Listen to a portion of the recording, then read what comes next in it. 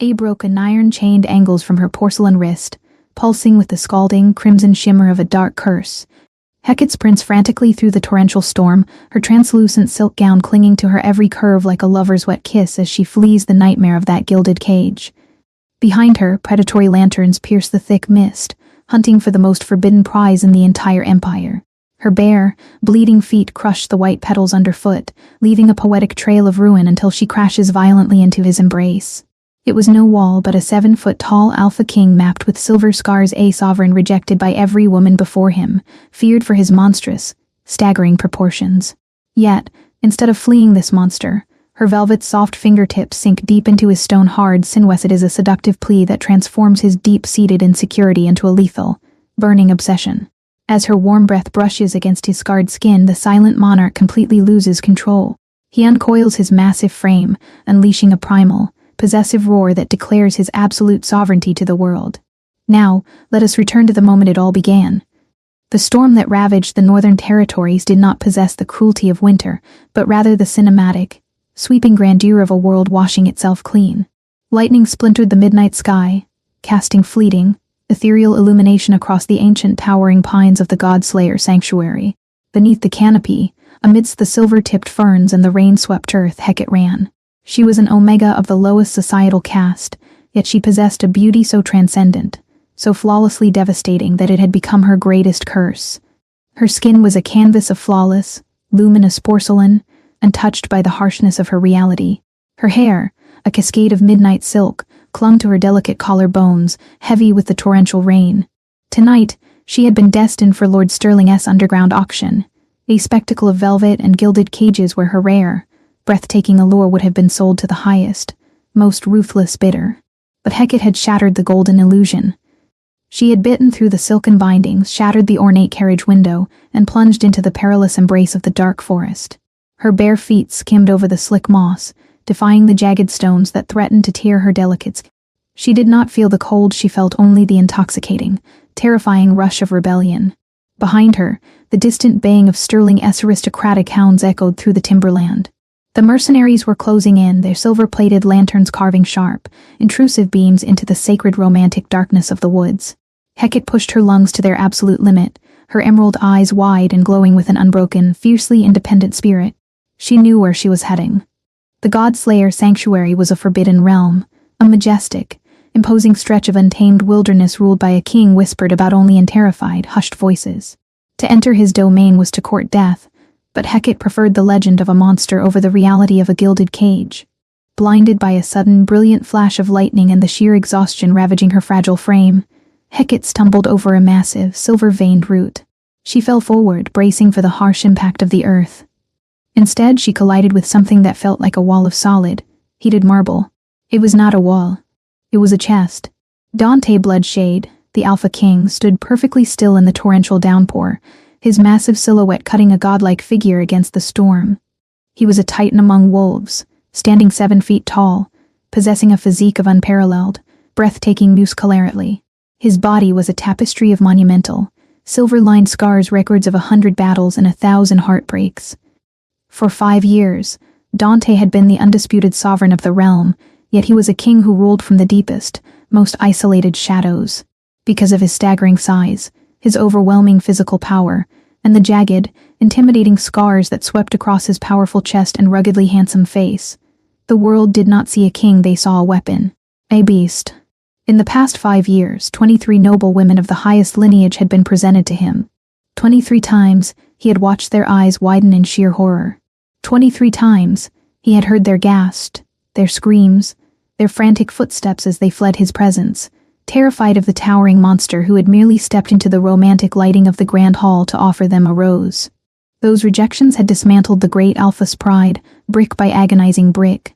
They had left him utterly convinced of his own unlovable nature.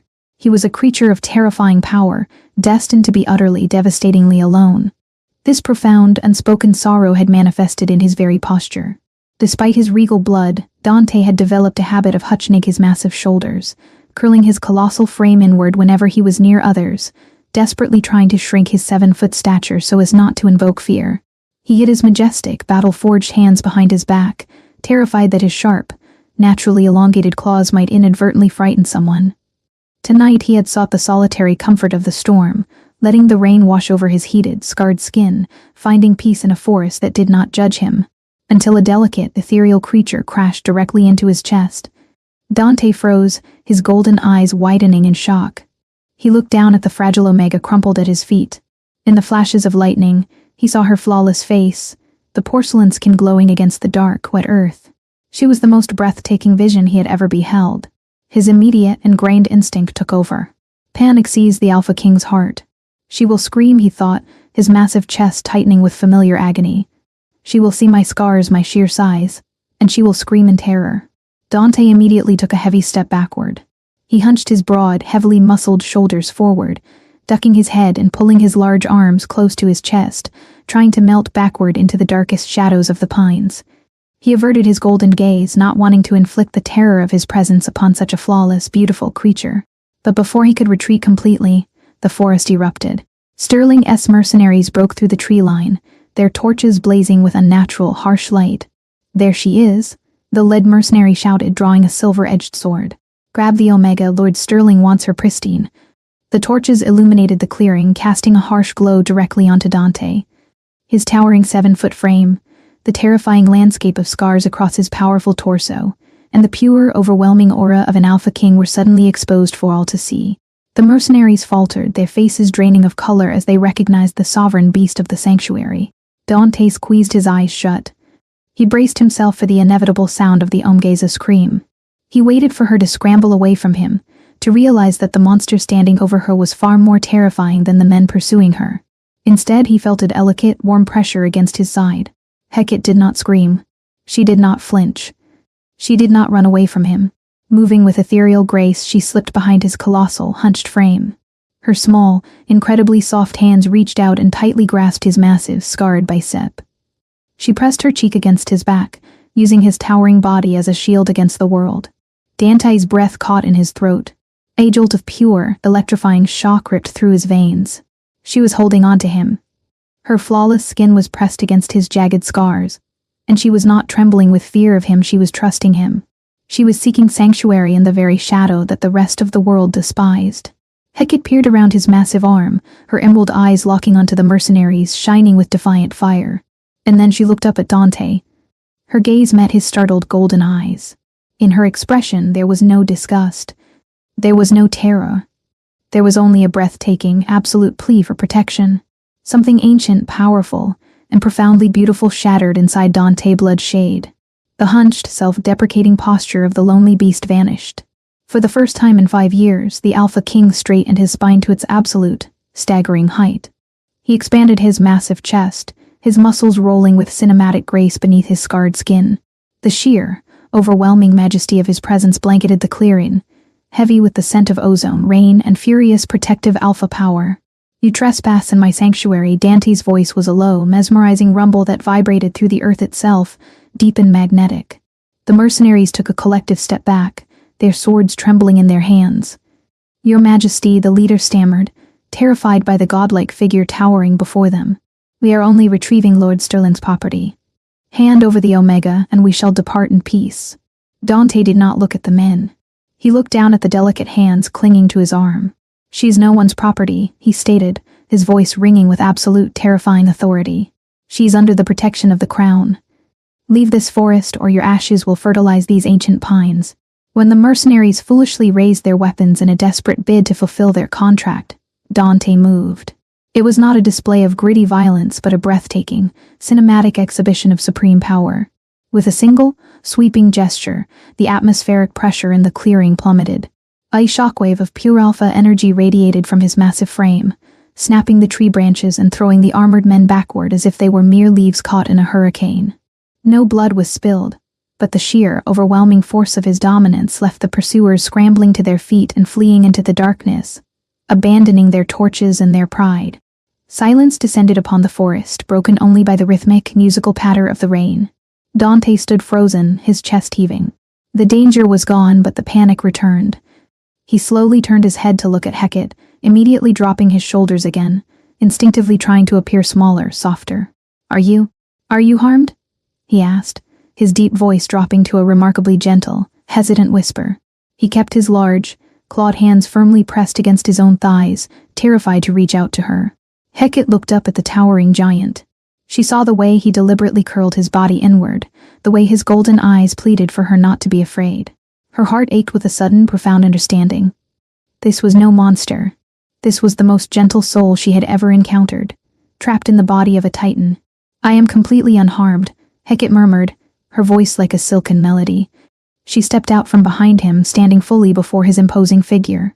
The rain had soaked her, and she shivered in the chill air. Seeing her tremble, Dante's protective instinct overrode his hesitation. With meticulous, painstakingly slow movements, he unclasped the heavy, luxurious velvet cloak from his own shoulders. He leaned down, his massive frame bowing before her, and gently draped the exquisite, drapé fabric over her fragile shoulders. His gigantic hands hovered for a fraction of a second near her collarbone, trembling slightly before he quickly pulled them back, terrified of scratching her flawless skin. "Come," he said softly, avoiding her gaze. "The obsidian keep is close. You will be safe there." I will walk far ahead so I do not frighten you in the dark." Before he could turn away, Hecate reached out. Her delicate fingers gently wrapped around his massive, scarred wrist. Dante gasped softly, his entire body stiffening at the willing, tender contact. "Please don't walk ahead," she whispered, her emerald eyes shining with a radiant, romantic light. "Walk beside me. I am not afraid of you." The Obsidian Keep was a masterpiece of Gothic romance. It was not a dark, gritty dungeon, but a majestic palace of high-end, cinematic beauty. Towering spires of polished black stone reached toward the heavens, while the interiors were bathed in the ethereal, warm glow of 1,000 floating candles. The halls smelled of ancient books, sandalwood, and blooming night jasmine.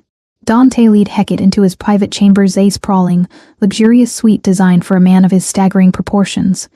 The furniture was massive, carved from dark mahogany and draped in rich burgundy silks. Yet, despite the grandeur, the room felt deeply lonely. Hecate was immediately attended to by the keep's silent, respectful beta servants. She was bathed in scented oils, her flawless skin cleansed of the forest's rain, and dressed in a gown of spun silver and white silk that made her look entirely ethereal. When she glided from the steam-drenched bathing chambers, she was a vision of devastating, intoxicating allure, draped only in clinging, ethereal white silk. Hecate found Dante sitting rigidly on the edge of a massive velvet sofa, his colossal body radiating a suffocating, magnetic heat that seemed to consume the very air. He had changed into a simple, elegant black tunic, a garment that hopelessly failed to conceal the overwhelming breadth of his chest or the heavy, violent musculature of his arms. He was staring intensely at the crackling fireplace, his broad shoulders hunched forward in that familiar, agonizingly self-deprecating posture, like a feral predator desperately trying to cage its own lethal nature. On the low mahogany table before him sat a delicate porcelain teacup, steaming with fragrant chamomile. Hearing the soft whisper of her silk against the stone floor, Dante shot up, his massive, imposing frame instantly dominating the room. He immediately ducked his head, dark hair falling to shadow the intense hunger in his eyes. "I had the kitchens prepare a calming brew," he rumbled softly. His deep, vibrating voice carried a heavy, dark tension as he gestured to the tiny cup. He reached out to hand it to her. The visual was a heartbreakingly poetic, mesmerizing contrast, his gigantic, battle-scarred hand, possessing the terrifying strength to crush boulders to dust, holding the fragile, translucent porcelain cup with such agonizing, trembling restraint that his knuckles were stark white. Hecate stepped forward, her flawless skin bathed in the romantic, seductive, flickering firelight. She did not merely take the cup. Moving with a hypnotic, deliberate grace, she placed her incredibly soft, delicate hands directly over his massive, trembling fingers. The shock of her touch was electric, a searing spark in the quiet room. She guided his hand, moving the teacup down to the table and setting it aside. But she didn't let go. She let her fingers linger, branding his skin with her captivating warmth. Dante stopped breathing entirely. His luminous golden eyes snapped up, locking onto her hands enveloping his. "My lady," he whispered, his voice a jagged, guttural rasp, cracking with a raw vulnerability that tore mercilessly at her soul. "You should not touch me so freely. My skin is coarse as bark. My scars are an unsightly curse. I do not wish to repulse you with this monstrous flesh." Hecate felt a tear prick her striking emerald eyes, a thrilling ache blooming deep in her chest. She looked up at this towering, Terrifyingly beautiful titan, this misunderstood, lethal beast who had slaughtered to save her life and asked for absolutely nothing in return. Unsightly, she breathed, her voice dropping to a husky, bewitching whisper that seemed to wrap directly around his racing heart. With a courage born of profound empathy and an intoxicating, blossoming desire, she raised her free hand. Her fingertips, soft as crushed rose petals, traced the deep, silver line of a prominent scar that slashed across his strong, rugged jawline. Dante shuddered violently, a profound tremor racking his massive frame. His golden eyes fluttered shut as a soft, completely helpless, almost feral sound escaped the back of his throat. He had not been touched with an ounce of tenderness in 5 agonizing years to be touched with such deliberate, claiming allure was undoing him piece by piece. "I see no monster here," Hecate murmured, stepping boldly into his space until the intoxicating warmth of her flawless body radiated against his towering, rigid form. She leaned in, her lips parting to brush agonizingly softly against the jagged scar on his colossal chest, right over the frantic, thunderous beating of his heart. "I see a king. I see my dark savior. I see an absolute masterpiece." Dante's legs gave out. He collapsed to his knees before her, a dark titan surrendering to a terrifying, beautiful grace. Even kneeling, he was still nearly at her eye level. He buried his face in the soft, silver silk of her gown, wrapping his massive arms around her narrow waist with breathtaking, desperate gentleness. He wept silent tears of absolute salvation, his broad shoulders shaking. For the first time in his tragic, blood-soaked existence, the beast was truly held, and the runaway rose had bewitched her way into an eternal, fiercely guarded sanctuary. For a brief, intensely luminous epoch, the obsidian keep became a seductive paradise shielded entirely from the cruelty of the outside world. Under the warm, romantic lighting of the castle's crystal chandeliers, the beast and the runaway rosed round in their velvet isolation. Dante no longer hunched his massive shoulders when Hecate was near. Instead, he willingly became her beautiful captive. He allowed her delicate fingers to braid silken ribbons into his dark, wind-tossed hair, a mesmerizing contrast of a lethal beast strapped in silken binds. He learned to rest his heavy, scarred head in her lap, utterly hypnotized while she read ancient poetry in a voice like liquid honey. Her flawless skin and ethereal, alluring presence brought a profound, intoxicating peace to a soul that had only ever known the taste of blood and torment. But the world beyond the keep was not so forgiving of such pure, stolen ecstasy.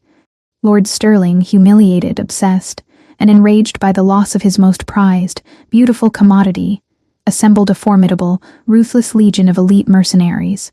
They marched upon the borders of the God-Slayer sanctuary, bringing harsh weapons of silver and iron, demanding the immediate surrender of the enchanting Omega. When the deep, vibrating wail of the warning horns echoed through the velvet-draped halls of the keep, Dante's golden eyes darkened into pools of molten, lethal fury. The gentle, hesitant giant vanished instantly, consumed and replaced by the towering, terrifying majesty of the Alpha King. He donned no heavy armor, for his scarred, impossibly muscular physique was an impenetrable fortress, fueled now by a dark, obsessive need to protect what was his. "Stay here, my delicate, beautiful rose," Dante murmured, his large, battle-hardened hands cupping Hecate's flawless face with breathtaking, urgent tenderness. "I must extinguish this miserable nuisance." "Do not hide your magnificent strength," Hecate whispered back, rising to her toes. Her eyes burned with a bewitching, defiant fire as she pressed a soft, fiercely empowering kiss to his rugged jaw. "Show them the lethal king, I see." When Dante Bloodshade stepped onto the battlefield, it was a vision of devastating, dark cinematic glory. He did not cower. He stood at his full, staggering 7-foot height, his massive chest expanded, his silver-lined scars gleaming like terrifying, beautiful badges of absolute honor beneath the harsh sun. The enemy forces immediately faltered, choking as the sheer, crushing weight of his unbridled alpha aura suffocated their bravado, pressing them into the dirt. With a demonic roar that split the heavens and shattered their courage, Dante descended upon them. It was not a chaotic, gritty brawl, it was a mesmerizing, sensual ballet of supreme, lethal elegance. His movements were fluid, overwhelmingly powerful, and devastatingly precise, turning violence into a dark art. Within moments, the mercenary army was broken, their weapons and spirits alike shattered against his unyielding, godlike strength. But Dante did not stop at the borders. Driven by the agonizing, burning memory of Hecate's chafed, chained wrists, the massive king marched like a force of dark nature directly into Lord Sterling's territory. With his bare, colossal hands, he tore the massive iron gates of the underground auction house completely from their stone hinges, a terrifying display of absolute dominance. He shattered the gilded cages, his golden eyes blazing with a righteous, almost seductive fury. He dragged a weeping Lord Sterling before the Freedom Gaza, stripping the corrupt lord of his hollow titles and his stolen lands, violently and beautifully reducing the empire of cruelty to cinematic, smoking ruins. When Dante returned to the Obsidian Keep, he was bathed in the golden hour's romantic lighting, victorious and undisputed. And as he dropped to one knee before Hecate, offering her the broken chains of the auction house, the realm finally understood that their king was not a monster, he was an absolute god of justice. The fall of Lord Sterling brought peace to the common folk, but it sowed the bitter seeds of treason among the elite. A faction of rebel nobles, former beneficiaries of the corrupt Omega trade, watched Dante's rising legend with venomous envy. They could not defeat him in open combat. His physical size and power were invincible. Instead, they devised a plot steeped in cowardice and dark magic. As the kingdom prepared for a spectacular, high-end victory banquet to celebrate the new era of peace, the conspirators gathered in the hidden, shadow-drenched cellars of the capital. "He is too powerful," hissed Lord Malachor, the architect of the treason. "But every alpha has a weakness. We will lace the king's ceremonial chalice with the elixir of the blood moon. It will not kill him. It will ignite the alpha mania, a mindless, uncontrollable feral rage." Another noble smiled wickedly. "When he drinks it at the banquet, he will lose all sanity. And who will be sitting right beside him? The fragile little Omega he dotes upon. In his maddened state, he will tear her to pieces in front of the entire court. Then we will have the ultimate justification: the king is a rabid beast, a monster who slaughtered his own mate. We will execute him legally and claim the throne." None of them noticed the slight rustle of the heavy, burgundy velvet curtains near the balcony above. Hecate had been walking through the ethereal, moonlit gardens, seeking a moment of quiet reflection before the grand festivities. Her heightened Omega senses caught the faint, sinister whispers drifting up from the cellar grates. As the horrific realization of their plot washed over her, her emerald eyes widened in sheer terror. The banquet was tonight.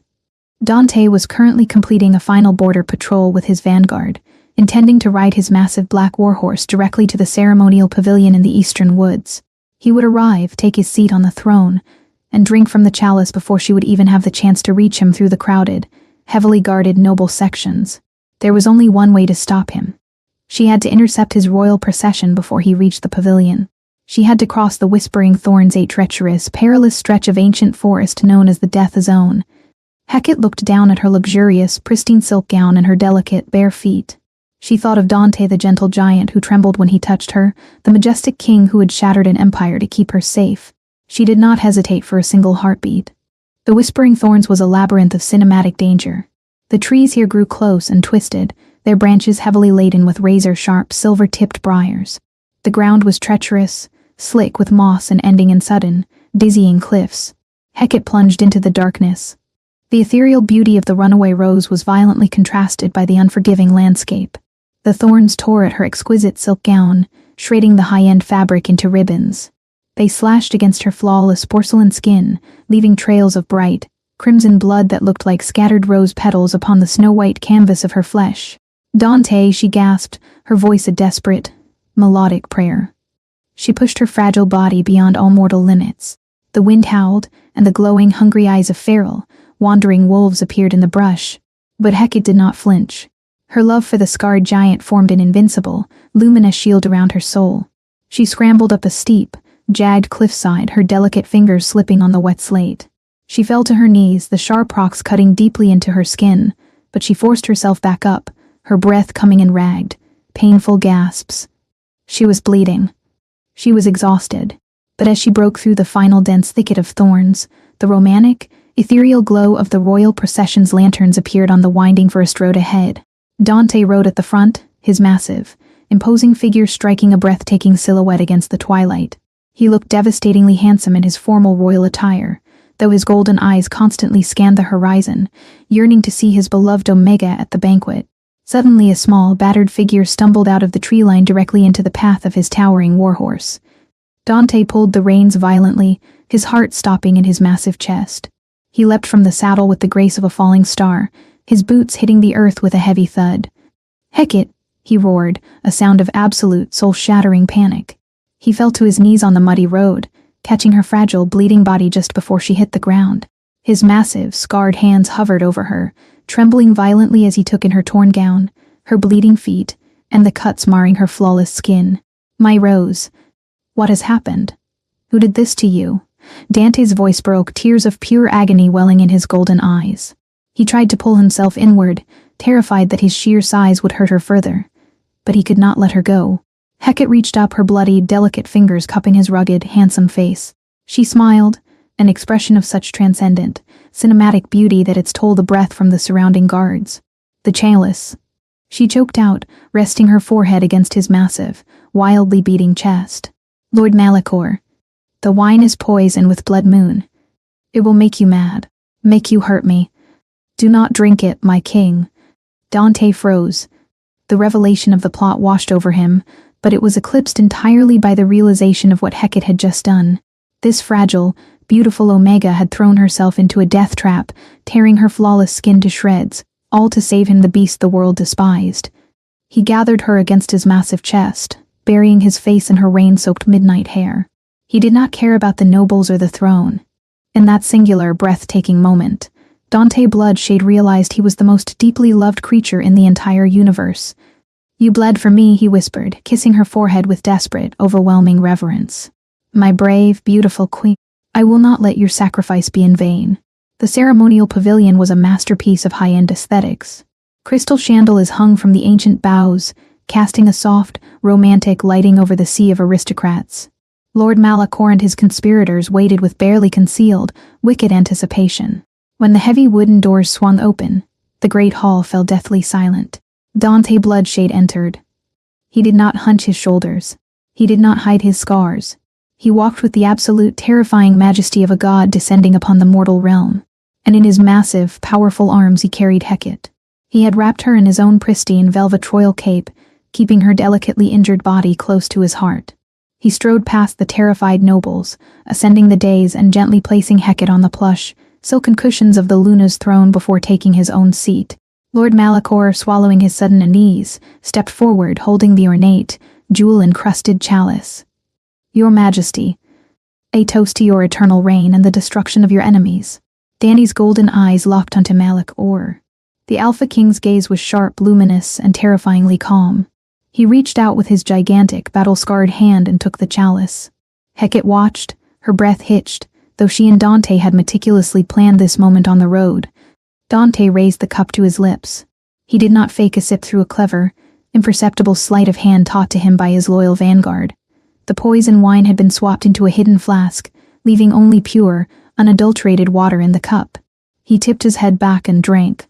Malachor's eyes gleamed with twisted triumph. He took a step back, waiting for the massive king's eyes to turn bloodshot, waiting for the monstrous roar of the Alpha Mania. He gestured subtly to his guards to prepare to draw their silver swords. 10 seconds passed. Then 30. Dante sat perfectly still, his massive frame relaxed against the throne. He slowly turned his head to look at Hecate, offering her a smile so devastatingly handsome and gentle that the female nobles in the crowd gasped in awe. He reached out, his large fingers gently tucking a stray lock of midnight hair behind her ear. Then Dante turned his piercing, golden gaze back to Malachor. "I am waiting, Lord Malachor," Dante's deep, magnetic voice echoed through the silent pavilion. "I am waiting for the blood moon to take hold. I am waiting for the monster you so desperately wish me to be." Malachor's face drained of all color. His knees began to tremble. "Why, your Majesty, I do not know what. You laced my cup with madness, hoping I would tear my own heart apart." Dante's voice rose, a cinematic boom of absolute, unyielding authority. "You thought my size, my scars, my power made me a beast lacking control. You were wrong." Dante stood up, his 7-foot frame towering over the assembly. The sheer, overwhelming pressure of his rational, perfectly controlled alpha aura forced the conspirators to their knees. "I am Dante Bloodshade," he declared, the romantic lighting catching the magnificent silver scars on his chest. "I am the master of my own soul. And my sanity belongs exclusively to the woman who braved the thorns to save my life." The royal guards, loyal to the true king, immediately surrounded Malachor and the trembling rebels, stripping them of their weapons. The crowd of nobles, finally seeing the profound intellect, absolute self-control, and breathtaking devotion of their sovereign, erupted into thunderous, genuine applause. They did not see a monster anymore. They saw a legend. The rebellion was crushed not with the mindless violence the conspirators had hoped for, but with the chilling, absolute justice of a true sovereign. with Lord Malachor and his treacherous faction banished to the frozen wastelands. A profound and broken peace settled over the God-Slayer sanctuary. The kingdom had witnessed the Alpha King's monumental restraint, and the whispers of a monster dissolved into legends of a golden-eyed god who bowed only to the Omega who had saved his soul. 1 month later, the Obsidian Keep prepared for a wedding of unprecedented cinematic grandeur. The ceremony was not held within the stone confines of the castle, but deep within the sacred heart of the sanctuary's ancient woods. The grove was transformed into a breathtaking, ethereal dreamscape. Millions of luminescent, snow-white rose petals blanketed the earth, glowing softly beneath the celestial brilliance of a massive silver full moon. Crystal lanterns hung from the colossal boughs of the ancient pines, casting a warm, romantic lighting that made the very air seem to shimmer with magic. Lords, ladies, alphas, betas, and freedom gazes stood side by side, united in absolute reverence as the melodic, hauntingly beautiful notes of a string quartet drifted through the night air. At the end of the petal-strewn aisle stood Dante Bloodshade. He was a vision of staggering, majestic power. Dressed in a bespoke ceremonial uniform of midnightable velvet and silver embroidery, his 7-foot frame commanded the space with breathtaking authority. He did not wear a cape that covered his chest instead. His tunic was designed with an elegant, plunging neckline that proudly displayed the monumental, silver-lined scars crossing his powerful musculature. He was no longer ashamed of the marks that mapped his survival. His golden eyes were bright, filled with an overwhelming, consuming warmth as he stared down the aisle, waiting for his salvation. Then, the music swelled, and the crowd collectively held its breath. Hecate appeared at the edge of the grove. She was a vision of transcendent, otherworldly beauty.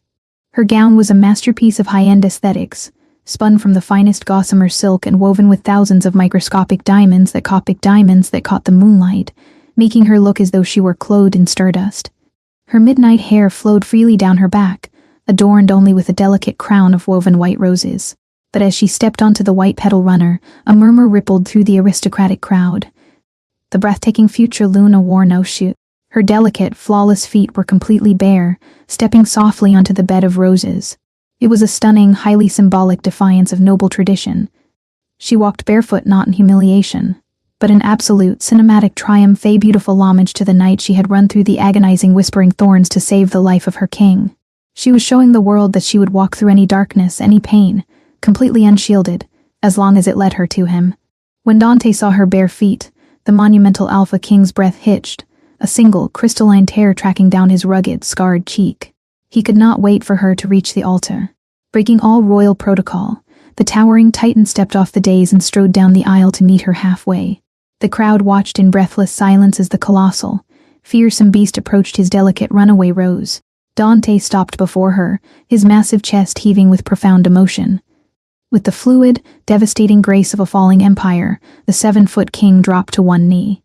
He bowed his majestic head, his dark hair falling over his forehead, and gently took her small, delicate hand in his colossal, battle-hardened one. Then, moving with excruciating, breathtaking tenderness, Dante leaned forward and pressed his lips softly against the arch of her bare, flawless foot. It was a gesture of absolute devotion, a public declaration that the most powerful alpha in the known world worshipped the very ground this Omega walked upon.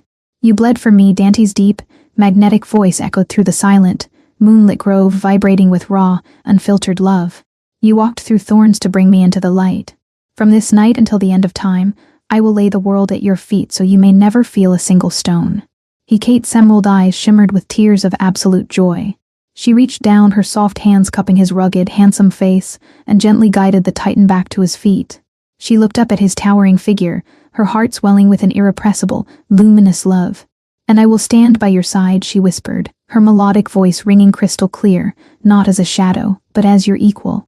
My king, my sanctuary, my soul."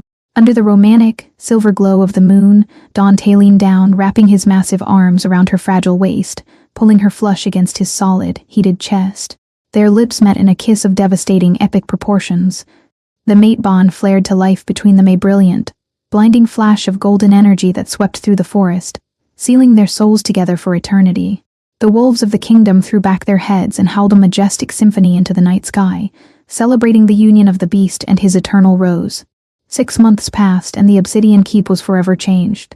The dark, brooding shadows of the Gothic fortress had been entirely banished, replaced by the warm, high-end radiance of a kingdom bathed in prosperity and love.